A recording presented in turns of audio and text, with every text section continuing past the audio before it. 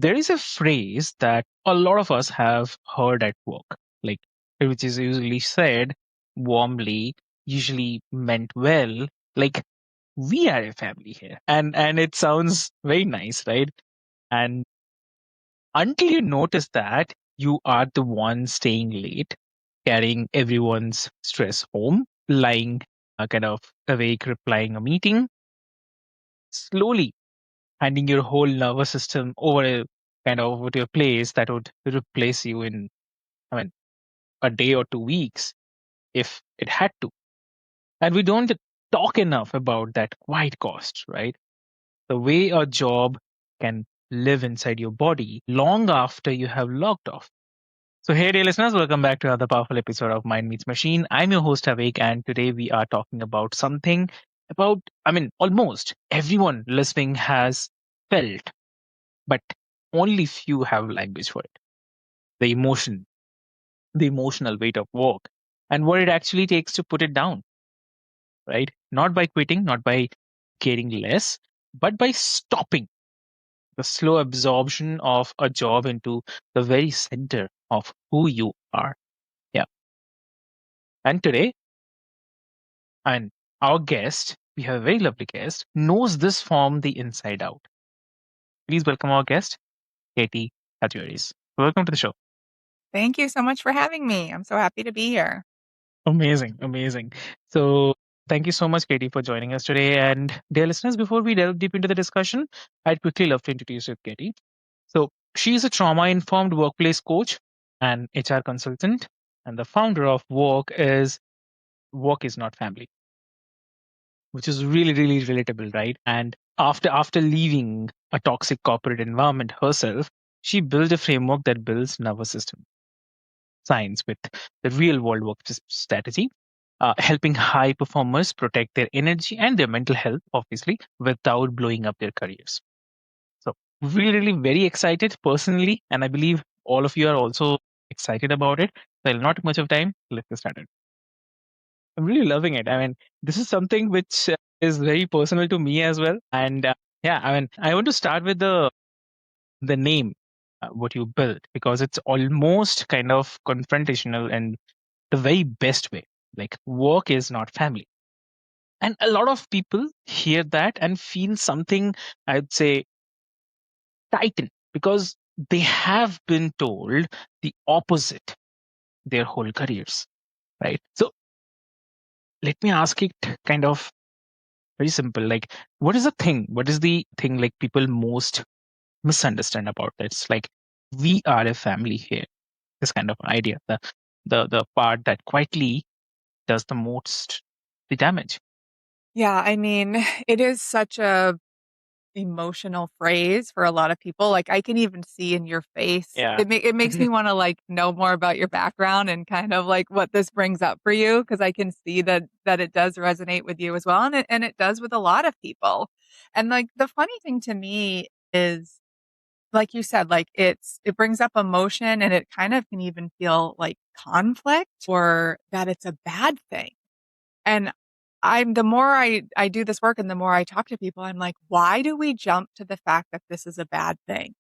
Like, it's just a fact. Like, your work is not your family. Now, saying we're like a family here is different than saying this is my family.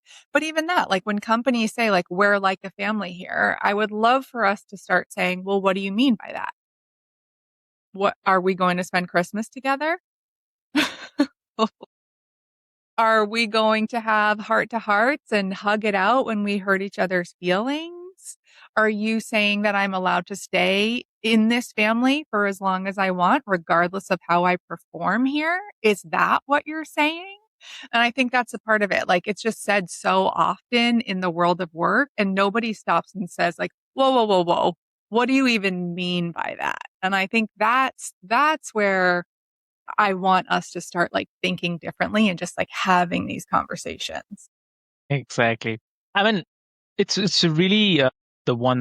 That part you have actually, I'd say, kind of touched it, because this is the most important. Obviously, the line, the name that you have chosen, it is actually relates with lot of people, like I believe, and I believe people who are listening right now, they're also nodding their heads. Yes. So when someone finally sees through it, I mean, what is the first thing that tends to shift for them? I mean, if you can share a bit. Yeah, I mean, when you start to realize that work is not family, and look, let's even back up a little bit more. When we say family, most of the time we mean healthy family. So I certainly have people that comment and say, "Well, actually, my work is very much like a dysfunctional family." That's not what we're talking about. That's not what workplaces really mean. They don't mean we're a dysfunctional family here. They mean like we are a healthy family. And really, healthy families and healthy workplaces are not the same dynamics. So that's really just even where we start is like, well, what is a healthy family dynamic and what is a healthy workplace dynamic? Healthy families are built on unconditional love and support and emotionally supporting each other Uh, and, meeting each other's needs and caring about each other and sacrifice for the good of the unit. Like that's what happens in a lot of healthy families. Healthy workplaces, that's actually not that stuff doesn't make a healthy workplace. Healthy workplaces are built on very clear roles and responsibilities, very clear understanding of what the actual agreement is. Like when I think about work, work is an agreement. You are agreeing to do the things on your job description, and your employer is agreeing to pay you for doing those things. yeah. Like that's actually what you're deciding. So clear roles and responsibilities. Everybody should know how their performance is being assessed.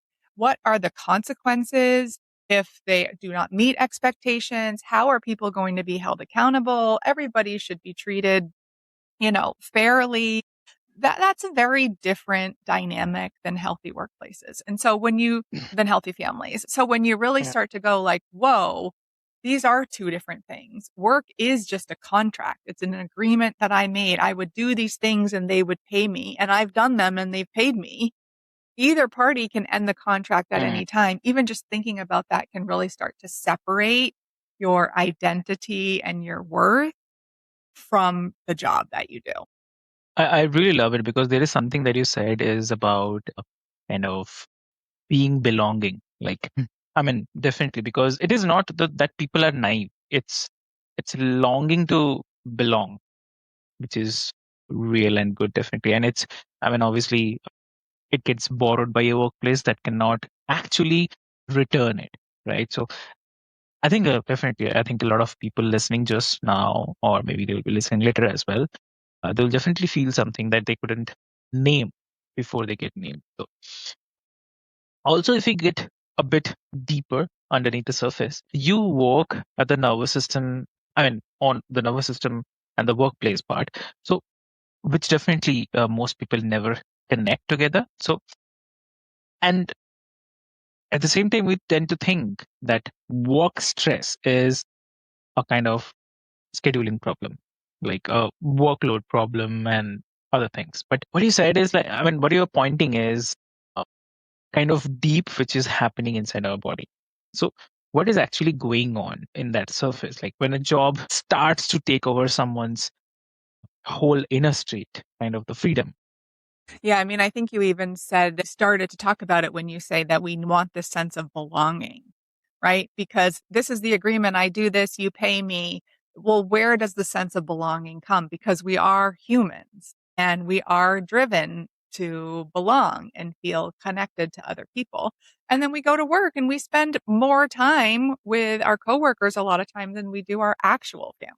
And so we are humans at the same time navigating the system.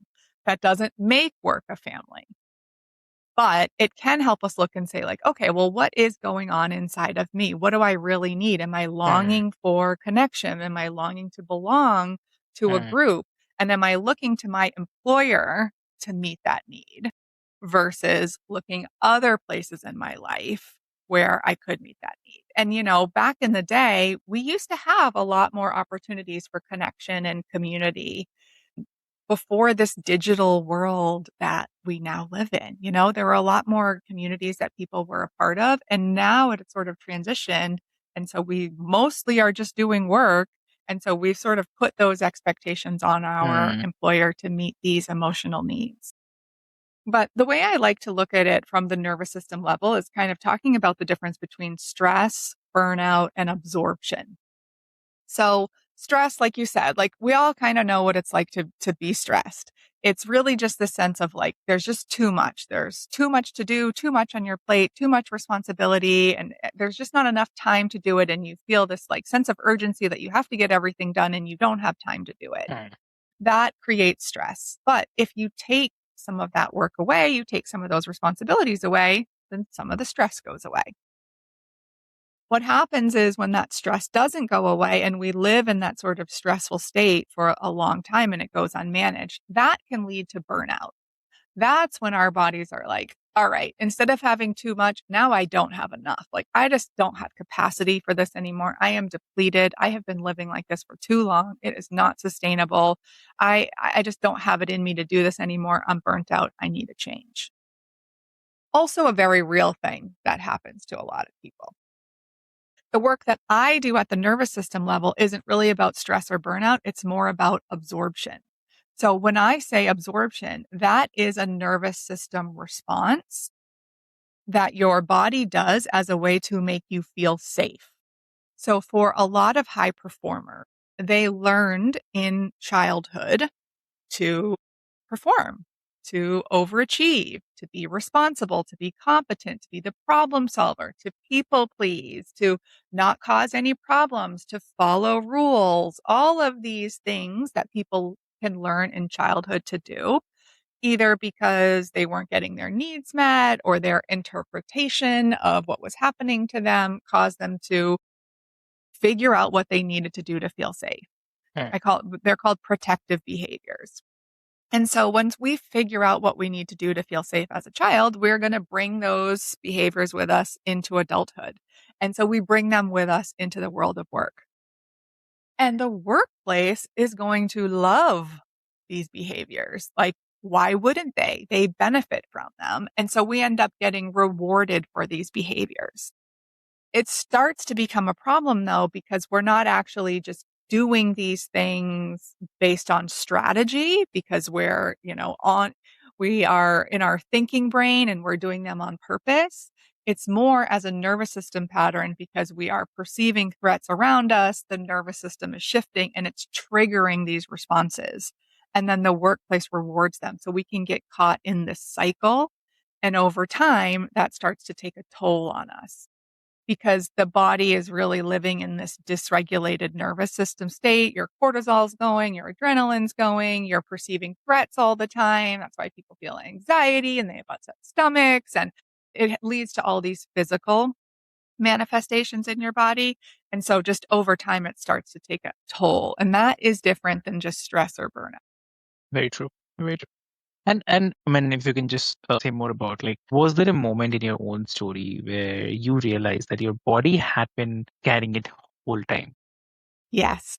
So my story was that I was carrying trauma in my body for most of my life, as we all are, right? Like when I talk about trauma, like most people think of trauma as the car accident or the war or something like Right. that. But trauma is not actually the event.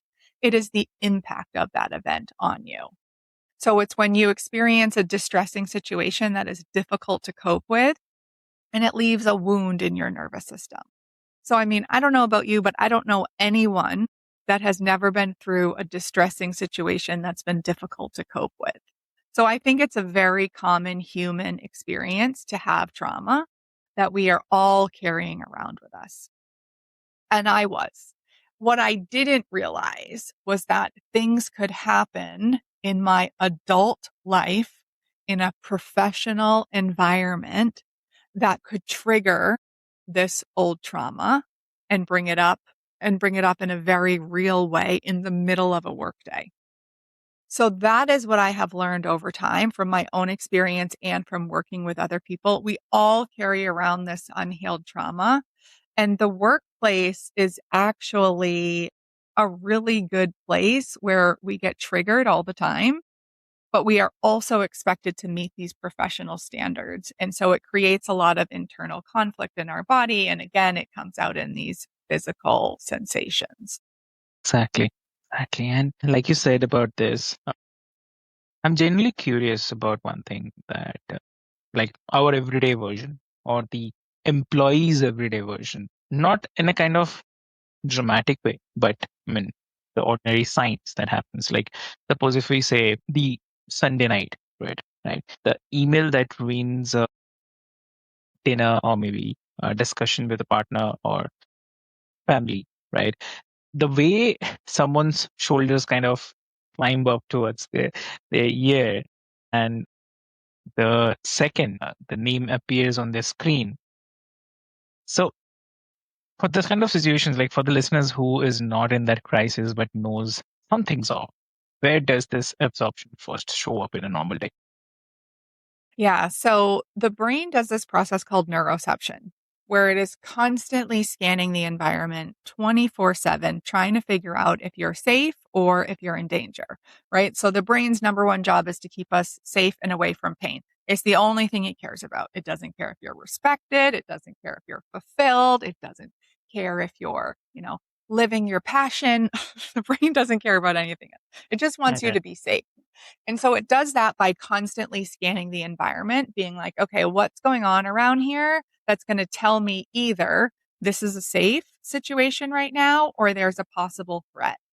Great. And how it determines that is it scans all of your past lived experiences. So everything that you've ever been through in your life, like we can't Uh, keep all of those experiences in our conscious brain. It's way too many things. So it kind of gets filed away. And so the brain is comparing what's happening in the current moment to everything that you've ever gone through in your life to say, like, hey, are we safe or is there a threat here?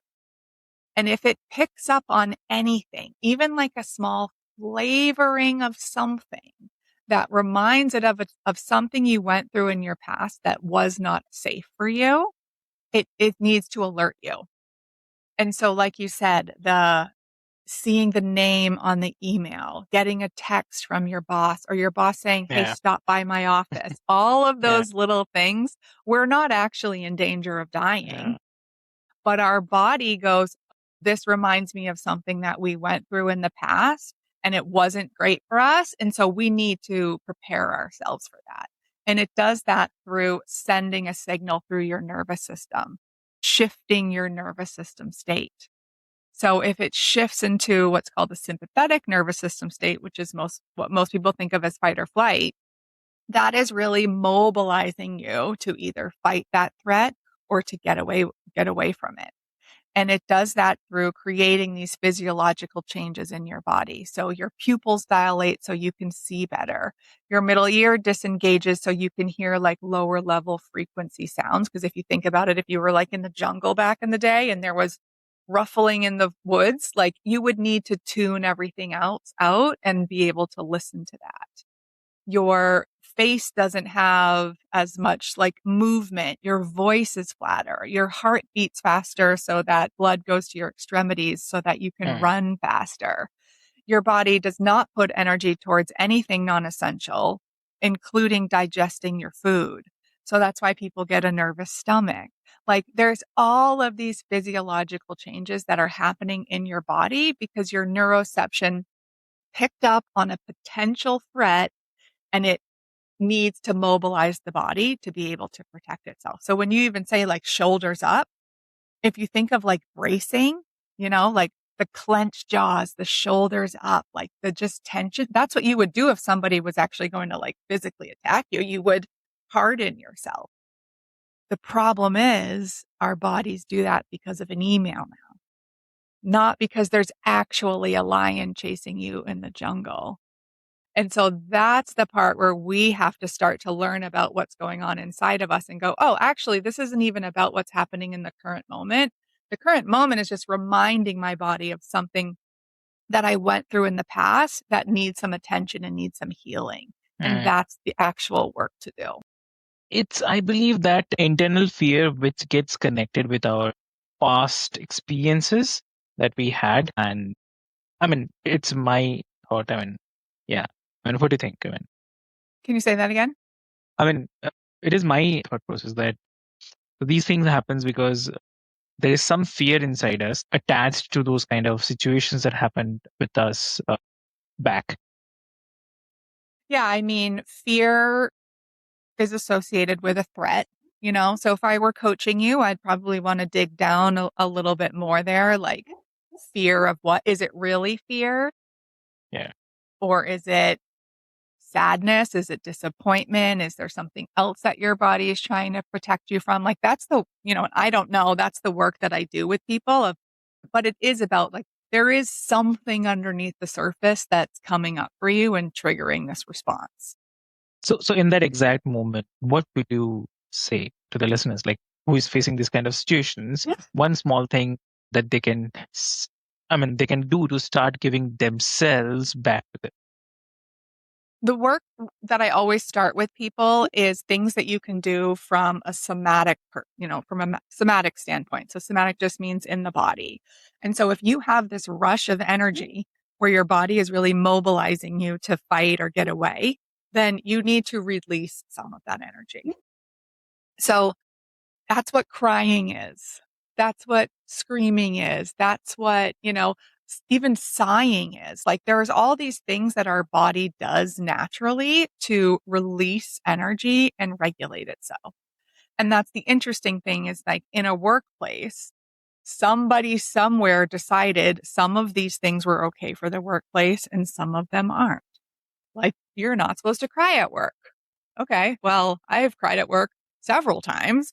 I know a lot of people who cry at work, a lot, but that's not considered a professional standard. So you're not supposed to do that. And I even think about like sighing. Like if I were to go, that would be me releasing energy. How many times a day do you think it's okay to sigh in a workplace before you're going to get feedback? What do you think? And it actually takes time. I mean, for me, if you tell me like I'll take some time, obviously, some good amount of time to settle with that. So But it's yeah, interesting, right? Like if I yeah, sighed once a day, nobody would think mm, anything of it. If I correct. sighed twice a day, fine. Okay, but what about 5 times a day? What about 10 times a day? Like if I'm sighing 20 times a day, then people are going to be like, what is her problem? Like, you know what I mean? And so who decided what that number was? So there's just all of Yeah, these like these norms, these cultural norms that come into the workplace. And in a workplace, those can actually hurt you. If I'm sighing too much and the workplace wants to say, interpret that as me being negative or me complaining about my work, then right. that's going to negatively affect my job. So I think it's fascinating and I love that we're talking about it because it's the body's natural way of regulating itself. And sometimes work doesn't allow that. But what I help people do is like, okay, well, then let's figure out things you can do to release some of that energy, which are appropriate for the workplace. So maybe that means excusing yourself and just going to an empty bathroom and silent screaming and just trying to Yeah, release it that way. Maybe it's going for a quick walk outside. I have a lot of people that I have like shake, like after they have yeah. a meeting or something, they may need to just like Or shake it off. even Like, even you can use the dart as well. So just pull yeah, it down. yeah, I love that. A lot of companies have dartboards now, Yeah, so maybe that's something to do. So there are things that we can do, and that's where I like to start with people is just some like physical things that we can do during the day that sends signals to our nervous system that we're safer than we thought, and we start to calm down a little bit. yeah. I said dart because I did that. So That's your thing. so it's a common space where we have the dart and other things as well. So it's always, you cannot fight, right? So you need something. So dart is like not happening. So you pull out those things. Yeah, Well, again, like that's fascinating to me. Like we decided you can take a yeah, like metal spike yeah, in the workplace and throw it against the wall yeah. around your coworkers as hard as you can, and that's okay, but crying isn't. Exactly, exactly. It's just interesting to me. Lovely. And so if you take an example here, like So suppose you're sitting with a kind of very high performer who's kind of exhausted, but cannot use just walk away. So for them, like, what is the way through you would point them toward? So the work that I would start doing with them is getting in touch with those bodily signals, because there is a difference between like just being annoyed or frustrated. Like we're always going to have frustrations in the workplace. Mm, That is different than being emotionally activated. So whatever, if you're just stressed because you have a project, but it's coming to an end soon, and then you feel fine, you're not really carrying it in your body. You're still being present at home, you're within your marriage or with your children or with your friends or your social groups. You're still participating in that. You don't have a hard time getting out of bed. Like that's fine. Like I don't, that's pretty normal. That's not, I don't really feel any absorption there. But the work that I do with people and the high performers that I work with aren't usually experiencing that. They are having a lot of these physical symptoms. When they are home after work, they have a hard time disconnecting. They're probably still checking emails or working up until the middle of the night, waking up at 2 o'clock in the morning and making a note for themselves on their phone so that they don't forget to do something, which also means that they're not as present with their actual family. They may be there physically, but emotionally they're somewhere else. And it takes so much of their energy that now they're not exercising as much as they want to. They're not, eating as well as they want to. They're so tired on the weekends that between, going to the kids' sports and making dinner and catching up on house chores, all they want to do is crash out. And now they're just on TikTok for 3 hours a night because they need to disconnect while also getting dopamine hits. Like, if that's the life that you're living and you don't want to be living that way, then it's deeper than just stress or burnout. There's something else going on where you're absorbing all of this work stuff around you. And we need to figure out like what actually is coming up for you. What are these protective behaviors? Where did they come from? And then you can do that work to reconnect with yourself. And then you can figure out what you need to change. exactly. Exactly. And in that sense, I mean, I totally get you about this. I mean, it is really, really the relative, but also at the opposite side as well. So suppose the person who hears this and they think that I did love to, but my workplace would punish me. It. So, I mean, what do they actually start then? I mean, where do they should start? Well, like work's not a family, right? Like that, and Correct. Yeah. but that's what I'm saying. It's like, if you are saying that this job is negatively affecting my mental health and my physical health and my relational health, and I'd like to Yeah. make some positive changes so that I can have greater well-being in my life, and your job is going to punish you for that, they don't really care about you. They don't care about you. And so I that's number one. So start thinking of it like that. Like, what are you sacrificing your own well-being for a company that literally will punish you for taking care of yourself? Is that what you want to keep doing? So I think that's part of it.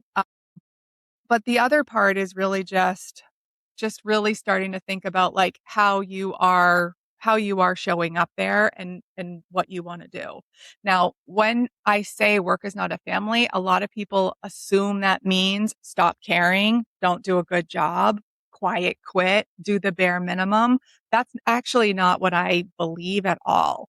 I believe you can start seeing work as a contract and as an agreement. You can do this inner work on yourself and you can learn to regulate yourself and you can stay effective and you can still be considered a good employee, but you're not going to get as emotionally activated. Like you don't have to be triggered all day at work to be a good employee. And so that's the difference. Like I want people to still like their jobs and stay effective. And if you're staying effective, what Mm, would your employer have to be mad at you correct. for? Yeah. You know? Yeah. Yeah. And also one more part is like, so suppose, I mean, here's that nobody puts in the LinkedIn post, right? Kind of the backside. Like someone does the work, reclaims their energy, feels like themselves again. And then kind of quarter comes, a new quarter comes basically, or maybe a new manager arrives in place. And then they are right back to that old patterns, like absorbing everything and all.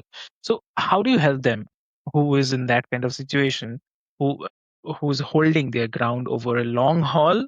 So when the workplace itself keeps pulling them back. So what? The work that I do with people is teaching them a framework that just becomes your new operating system. Mhm. So similar to like when you work with a nutritionist or a personal trainer and they, give you your macros, they give you your diet, they tell you what to do for a workout. That is not just to do with them for 6 weeks and then you're going to be healthy and you're never going to have to do it again.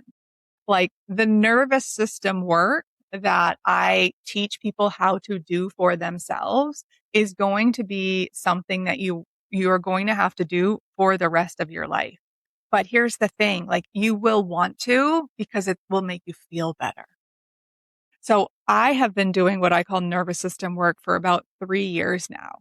Every single time I get triggered, every single time I feel this nervous system shift, I pause and I go, okay, what's going on here? What's coming up for me? Is this really about what's happening in front of me? Or if is there something from my past that this is reminding me of? And if there is, what is there that needs to be healed? And honestly, I have done so much healing in so many areas of my life. And all it does is it creates this path of living an aligned life which feels good.